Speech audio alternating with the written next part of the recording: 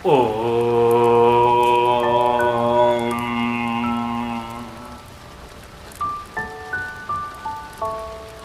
मेरे प्यारे आत्मा, आज का ये एपिसोड जो है ये तीसरा सर्ग है।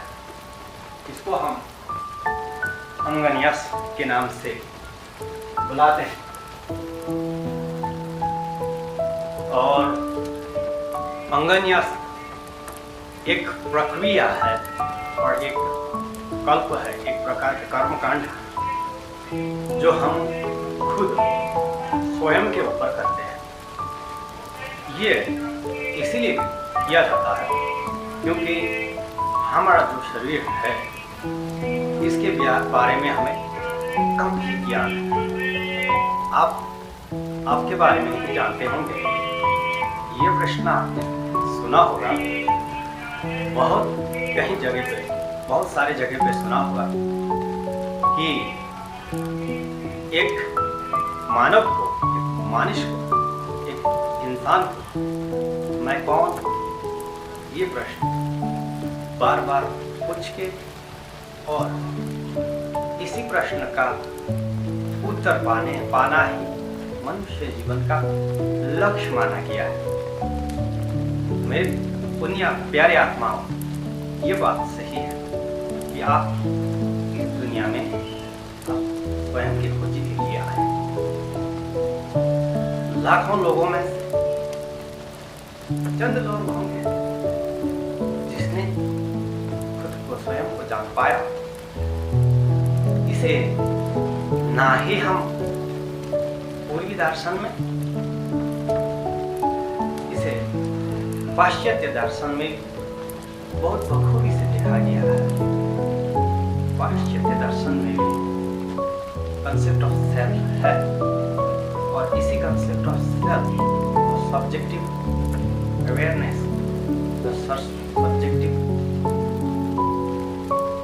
सब्जेक्टिव परसेप्शंस और जिसे वे लोग कॉन्शियसनेस कहते हैं, इसी के बारे में पूर्व की ऋषियों ने, हमारे पूर्वजों ने इसे बहुत गहन विषय बनाकर इसके बारे में बहुत खोज और शोध किए थे। इसीलिए मानव अपने जीवन में अपने लक्ष्य से दूर ना हो जाए, खुद के कर्तव्य जो है उससे मूड हो ना जाए, अपने रास्ते से, अपने पथ से भ्रष्ट ना हो जाए, इसके लिए हमारे ऋषियों ने एक प्रकार का परंपरा शुरू किया हुआ था और उसको इकट्ठा करके आज के लोग उसे वेद कहते हैं। अंग्रेजी लोग, पाश्चात्य दर्शन के, पाश्चात्य जगत के जो लोग हैं वे इन्हें वेदास कहते हैं और हम पूर्व के लोग, भारतवासी और भारतवर्ष के आसपास में रहने वाले, इसे हम सांगोपांग, वांग्मय आदि, श्रुति आदि के नाम से जानते हैं। ये विषय बहुत बड़ा है और यही एक कारण बन जाता है कि लोग इससे दूर रह जाते हैं।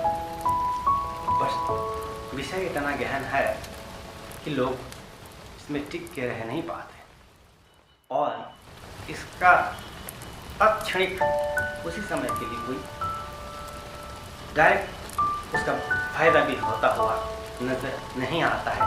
इसीलिए लोग इसमें अपना एनर्जी जो है उसे उसमें लगाना नहीं चाहते। मैं आपको बता दूं, आप माने या ना माने, आप इस जगत में खुद को जानने के लिए ही आए और ये जान के बहुत सारे महात्माओं ने, सिद्धों ने, जो संसार में रहते हुए जिस अनुभव को उन्होंने अनुभव किया और उसके बारे में लोगों को बताया, इसी से सिद्ध होता है कि ये विषय खुद को जानने की प्रोसेस ऑफ नोइंग सेल्फ, ये कोई कपोकल्पित या काल्पनिक विषय नहीं है। इसमें बहुत गहन रहस्य छुपा हुआ है। इसीलिए मेरे पुण्य आत्माओं, मैंने आप सभी को वेदों से निकालकर अंगन्यास का जो मंत्र है उसको हमारा शरीर में स्थापना करने वाले जो वेदों का मंत्र है, वेदों का मंत्र है, उसे मैंने आसान तरीके से अंग्रेजी भाषा के साथ में उसका सहयोग देकर और आपको छायाचित्र के जरिए मैं आपको ये समझाना चाहता हूँ कि हमारा शरीर में 5 कोष होते हैं। सबसे पहले जो कोष है जो आपको देखने में आएगा, जो आप दूसरा का भी देख सकते हो, जैसे आप मुझे देख रहे हो, ये है अन्नमय कोष। और इसी अन्नमय कोष में भी बहुत सारे रहस्य छिपे हुए हैं। जैसे कि हमारा कान, ये एक यंत्र है इस ब्रह्मांड में जो ट्रांसडक्शन ऑफ साउंड इलेक्ट्रिसिटी, इस प्रकार से एक प्रकार की ऊर्जाओं को बदल के दूसरे प्रकार की ऊर्जाओं में बदल सकता है उसको। और पीछे से चलता हुआ सिस्टम के जरिए जो छोटा सा एनर्जी बाहर से हमारे कानों तक पहुंचता है उसको कहीं गुना ज्यादा एम्पलीफाई करके उसको एक लयबद्ध रूप का जो ध्वनि की प्रकार है, ध्वनि के प्रकार को जो लयबद्ध रूप में हवा में होते हुए हलचल को उसको महसूस कर ये तरंगे बनाता है। ये तरंगे होते हैं बिजली की तरंगे। और ये प्रक्रिया दुनिया में, विश्व ब्रह्मांडों में सिर्फ एक ही जगह पाया जाता है, वो है आपके कान के अंदर में। एक ऐसे यंत्र जो साउंड वेव को इलेक्ट्रिकल वेव में कन्वर्ट कर सकें, जो विश्व ब्रह्मांड खुद रचा था, ये है आपका कान। और दूसरा आप देखोगे आपके आँख भी इसी प्रकार का कुछ बहुत गहन काम करता है जो विश्व ब्रह्मांड में कहीं दूसरी जगह पे हो नहीं सकता। यह है आपके आँख, जैसे मेरे आँख हैं, ये आँखों का शक्ति ये है कि लाइट के जो एनर्जी होते हैं उसको कंज्यूम कर लेते हैं और ये डिस्ट्रॉय तो एक प्रकार से हो ही जाता है, क्योंकि इससे आगे जाके वो इलेक्ट्रिकल सिग्नल में कन्वर्ट होने के चलते ये जो लाइट थे, लाइट नहीं रहते।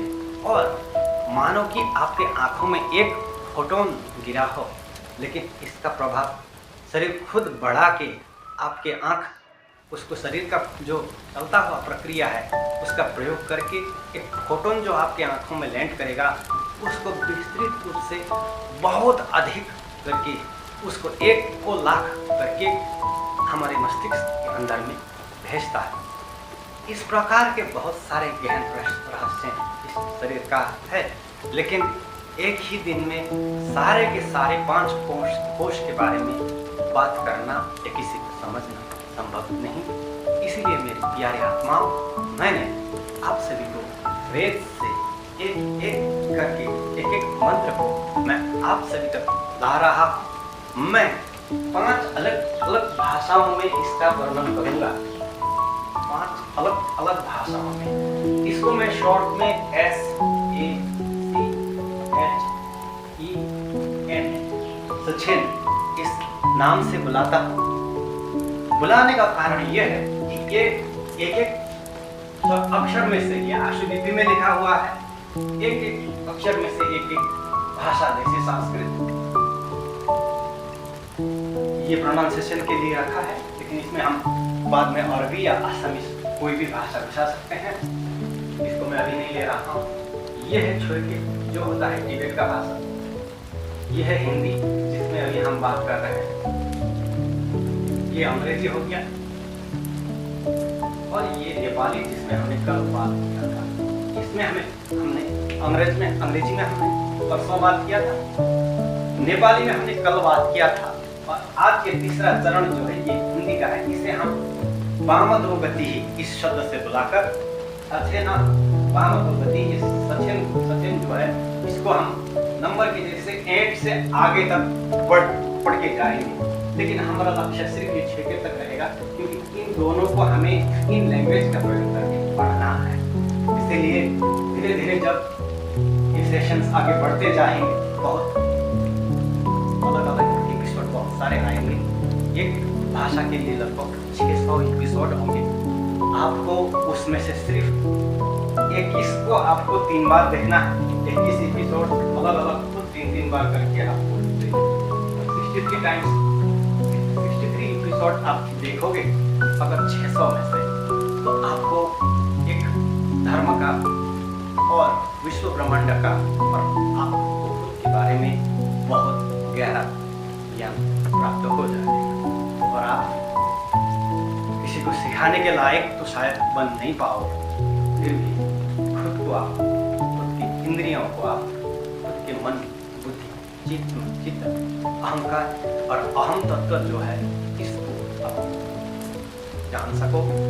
और जानने के बाद में भी कुछ हो सकता है। जानना ही सिर्फ अंतिम लक्ष्य नहीं है, उसका अनुभूति करना, उसको अनुभव करना, यही अंतिम लक्ष्य होता है। इसीलिए जानोगे, जानने के बाद आप अनुभव करने के लिए आपको खुद अभ्यास करना होगा। जैसे मैं बोलूँ कि मेरे पास चीनी है, आप एक प्रकार से जानते हो चीनी मीठा होता है, लेकिन वो जानना और चीनी को मुंह में लगा के उसका अनुभव करने फर्क होता है।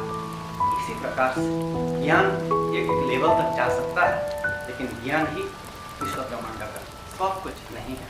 लेकिन ज्ञान के बिना हमें अनुभव भी नहीं होगा। और अनुभव जो हम कर रहे हैं उसको हम ज्ञान के दृष्टि से देखकर इस प्रकार से अनुभव करते हैं। जो आपको जो भी अनुभव हो रहा होगा उसमें 2 चीज़ अनिवार्य रूप से चल रहे हैं। एक, आपके चित्त में कुछ हलचल हो रहे हैं, और उस हलचल को आप जो ज्ञान के जो हलचल हैं उसके दृष्टिकोण से इसको समझ पाते हैं। जो आप मुझे अभी देख रहे हो, ये आप अभी ज्ञान के दृष्टिकोण से देख रहे हैं। इसीलिए ज्ञान को एक हद तक जाना है और ज्ञान को वहाँ पहुँचा के फिर अपनी अनुभूति को, इमोशनल एक्टिविटीज़ को, एक्सपीरियंसेस को, उसको भी शार्पन करना है। और जैसे आप खाना खाते वक्त अभी आपको निस्वाद खाना लग रहा है, तो अगर आप ज्ञान जान लोगे इस स्वाद को कैसे प्राप्त किया जाता है और स्वाद क्या होता है, तो आप स्वाद का एहसास महसूस जो आपको होगा उसका भी क्वालिटी को आप इंक्रीज कर सकते, बढ़ा सकते, उसका गुण स्तर को वृद्धि कर सकते।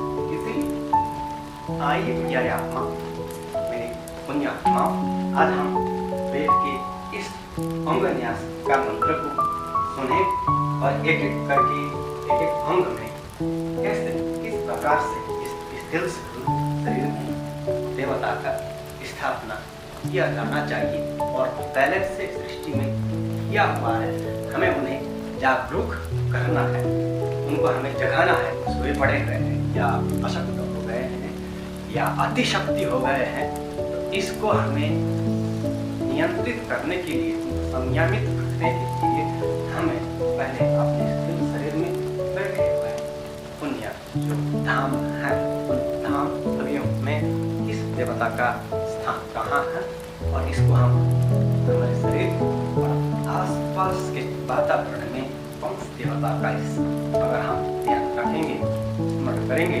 तो हमें इस प्रकार का वृद्धि होगा। इसके बारे में जान लेते हैं।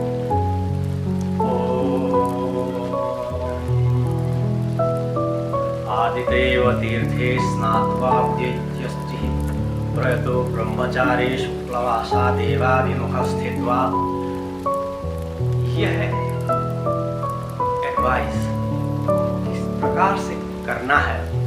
इसमें कहा सुबह सवेर एक ब्रह्मचारी जिसको ब्रह्म का जिज्ञासा हो रहा है, जिसको विश्व ब्रह्मांड को समझना है, जिसके मस्तिष्क में ये प्रश्न उठते रहते हैं कि ये दुनिया क्या है, दुनिया क्यों है, मैं कौन हूँ और मैं क्यों हूँ, इस प्रकार के प्रश्न किसी को आता रहता है।